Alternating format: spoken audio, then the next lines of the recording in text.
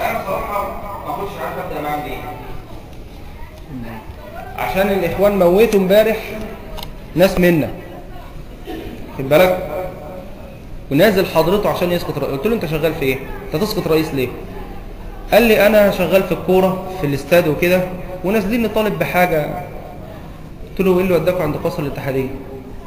مش كان الاعلام كله عمال ينعق لما السلفيين كانوا بيتظاهروا عند العباسيه؟ كانوا بينعقون، خد بالك، وكانوا بينعقون في الاحداث الاولى للثوره. دلوقتي خلاص من حقهم الاعتصام عند قصر الاتحاديه. هذا شيء. الشيء الاخر، وبعدين انت لو مشتكي من ان مثلا حاجه في الاستاد ولا حاجه تقوم تطالب باسقاط الرئيس؟ يعني انت مش عاجبك الرئيس عشان حاجه عندكم في الكوره اللي هي كلها هيافه على بعضيها، خد بالك، وتعصب اعمى وانفاق مال، يا ريته انفق على البحث العلمي ويا ريته انفق على التسليح ويا ريته انفق على اي حاجه محترمه، خد بالك، وفي الاخر عايز يسقط الرئيس. فده هتتحاور معاه من اي جهه، هتقول له ايه؟ ماذا عساك؟ هتقول له الرئيس بقى له 4 اشهر، طب استنى ما يصلح لكم الكوره؟ ماذا عساك ان تقول له؟ خد بالك، اولئك الذين طبع الله على قلوبهم واتبعوا اهواءهم. خلاص ما سمعه مسدود وبصره مسدود وقلبه مسدود، فلا ينفذ اليه حق ابدا. خد بالك، تخيل لما الستة اللي ماتوا امبارح يكونوا من جماعه الاخوان المسلمين، الستة اللي ماتوا، ويقول لي ان هم اللي قتلوا. تخيل ده طلع هم اللي قتلوا الناس اللي منهم عشان يكسبوا تعاطف مع الرأي العام. تخيل اي فكر هذا. وبعدين هم اللي حرقوا ال 28 مقر بتوعهم عشان يكسبوا تعاطف مع الرأي العام. الحق واضح والباطل واضح، خد بالك، انت بهواك اللي بتشوف الحق باطل والباطل حق، للاسف الشديد. وانا كررت في هذا المسجد اكثر من مره ان انا لست من الاخوان، لكن انا الحق احب الي من اي احد. أنا في نفس المكان ده كنت بنتقد دكتور محمد مرسي في نفس المكان ده، وانتقدته انتقاد لاذع جدا بسبب العقيده، وتعرضت لهجوم لاذع جدا بسبب النقد. فانا كنت ارجو اللي بيتبع هواء بيتعلق بالاشخاص، واللي بيتبع الحق بيتعلق بالحق، خد بالك، اللي بيتبع الهوى بيتعلق بالاشخاص، واللي بيتبع الحق بيتعلق بايه؟ بالحق. دي قاعده لازم تعرفها. سيدنا الامام مالك وقف على قبر النبي صلى الله عليه وسلم وقال كل يؤخذ منا ويرد الا صاحب هذا المقام. ليه؟ لان زي ما قال سيدنا الامام علي، احنا بنعرف الحق بالرجال ولا بنعرف الرجال بالحق؟ بنعرف الرجال بالحق ولا بنعرف الحق بالرجال؟ احنا بنسعى وراء ايه؟ وراء الحق. يبقى لو قال الحق واحد ليس منا نقول ده صح، ولو قال الباطل واحد منا نقول ده باطل، خد بالك. ليه؟ لان احنا بندور مع الحق وجودا وعدما، فاذا وجد الحق وجد تأييدنا، واذا وجد الباطل وجدت عداوتنا. لا ندور مع الاشخاص. لذلك من مظاهر اتباع الهوى، واللي لازم تعرض نفسك على الاختبار ده، انت متعلق بشخص ولا متعلق بالحق؟ خد بالك، متعلق بشخص ولا متعلق بالحق؟ التعلق بالشخص يخليك تشوف المصيبة الكبيرة ليه حاجة صغيرة خالص، ويخليك تشوف الحاجة الصغيرة لغيره كبيرة جدا جدا جدا، أو العكس. وده برضو من مظاهر اتباع الهوى، إن الواحد يسفه حاجة ضخمة جدا أو يضخم حاجة تافهة جدا. ركز كده معايا. دلوقتي لما أحد بيسموهم القوى السياسية، وأنا أعرف إن هو إنسان خائن لبلده ولدينه، طالب بتدخل دولي في مصر، دي المفترض إن جريمة في حالة الحرب بيعدم الإنسان عليه، وفي حالة السلم بياخد 15 سنة سجن. وتيجي تكلمه الخروف اللي يتبع هذا الإنسان، الخروف، هذا هو الخروف، يسفه لك الحاجة الكبيرة قوي دي. يقول لك ايه يعني؟ ما فيهاش حاجة يعني، لما يبقى في ضغط يعني ما فيهاش حاجة. طيب تيجي تقول له ده هو قال في حوار من الحوارات ان يعني ايه يقتصر الامر على الاديان الثلاثه؟ المفترض يبقى ده في مليار بوذي في العالم نبني لهم معبد.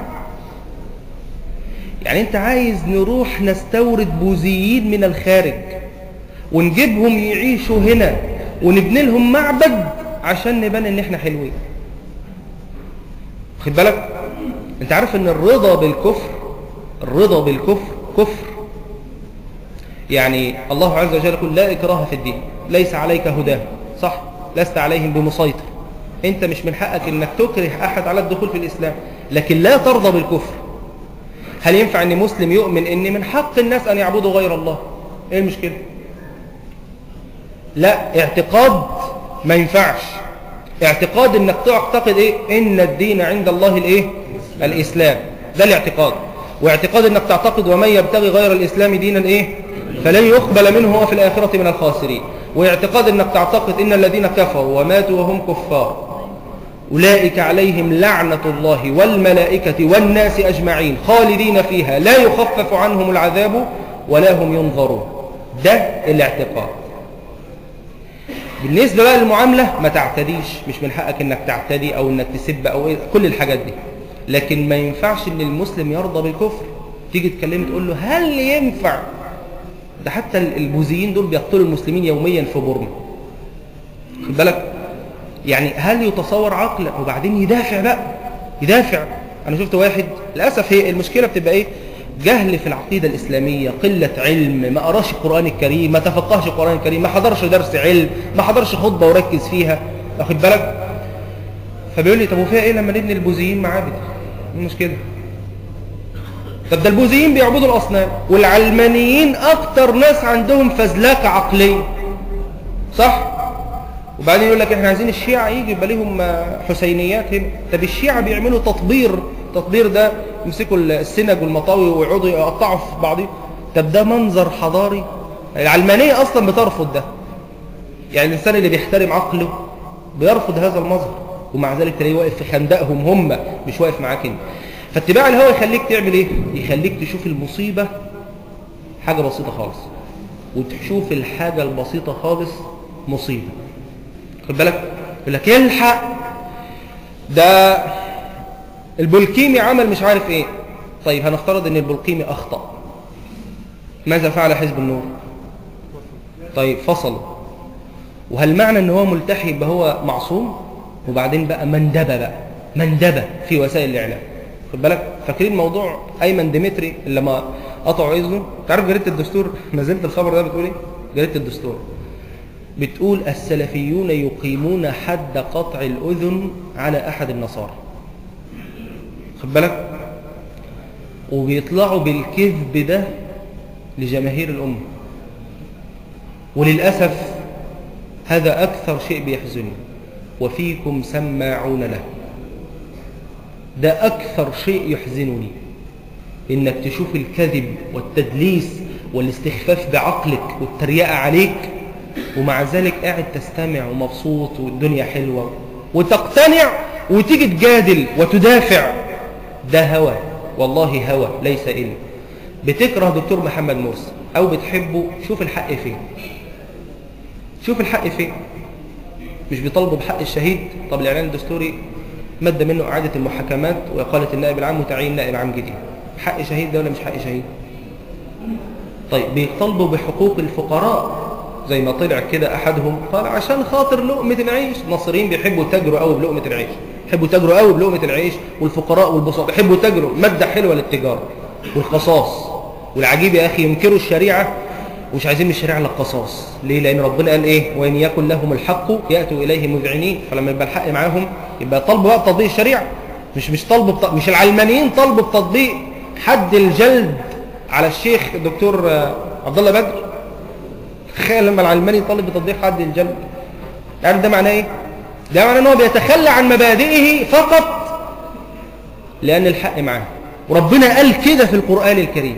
ربنا سبحانه وتعالى قال ما فرطنا في الكتاب ايه من شيء، وقال تعالى ونزلنا عليك الكتاب تبيانا لكل شيء. واحد بيطالب بتطبيق حد الجلد وبتطبيق القصاص. طيب لما ينزلوا في جمعة حلم الشهيد ويتكلموا باسم الفقراء والمساكين وحرام ومش حرام، طب مجلس الشورى اللي اتعمل ده منفق عليه مليار جنيه من خزينة الدولة. بالك ده حق من حقوق الفقراء ولا لا؟ لما يسقط مليار جنيه يترموا على الارض بقى انت بتعمل ايه؟ ما تطالبنيش بقى بحق الشهيد بقى والكلام ده. عارف ابسطها في المؤتمر اللي عقدوه اول امبارح؟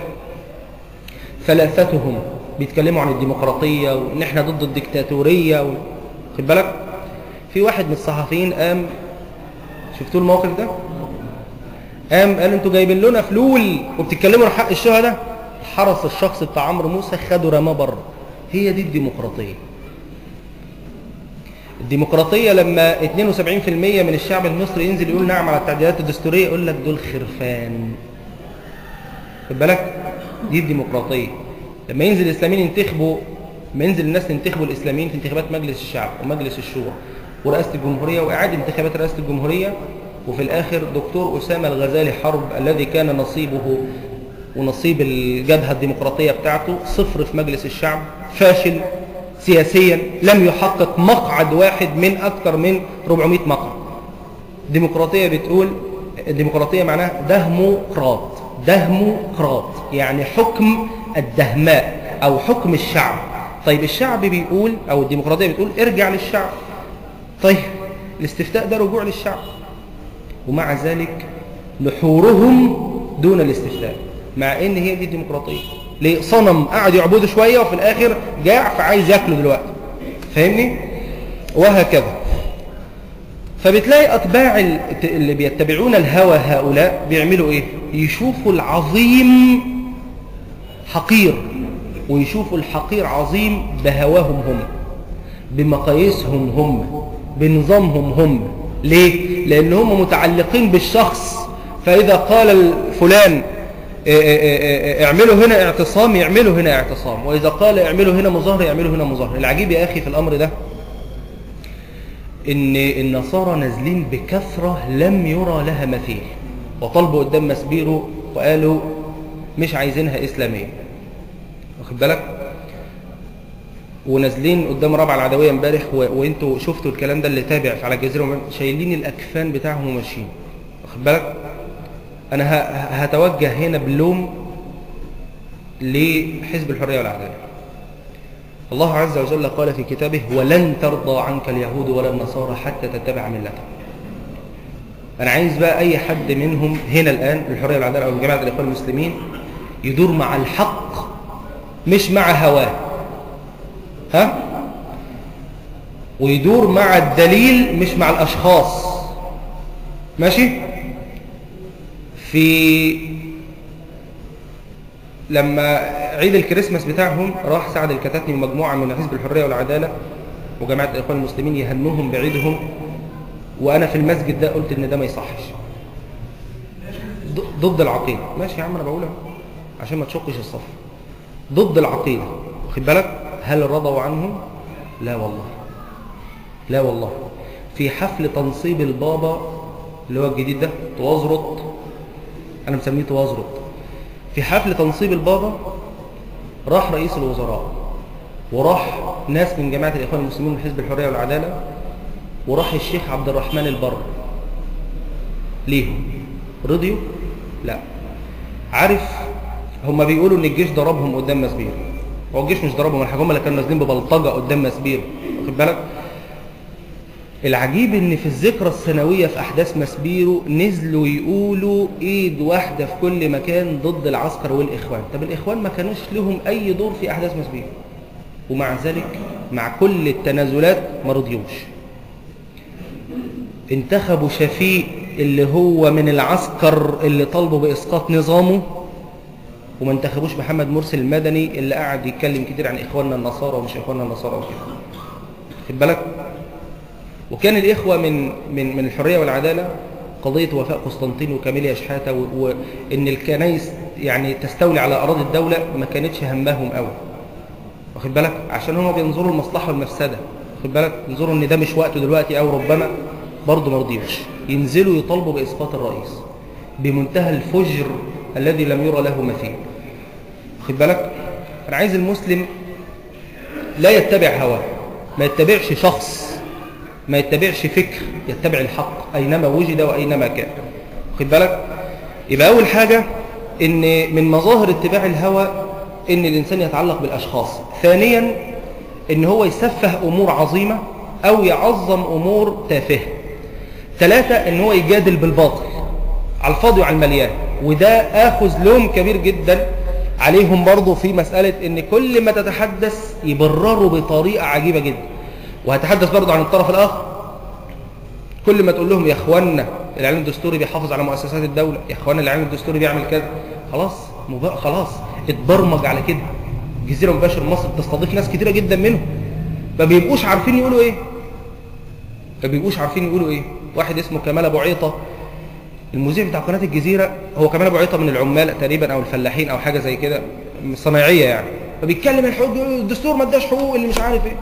المذيع قرا النص الدستوري، والنص الدستوري كله كلام جميل، والراجل قاعد لا ما عرفش يتكلم. ليه؟ هو خلاص اتبرمج على كده.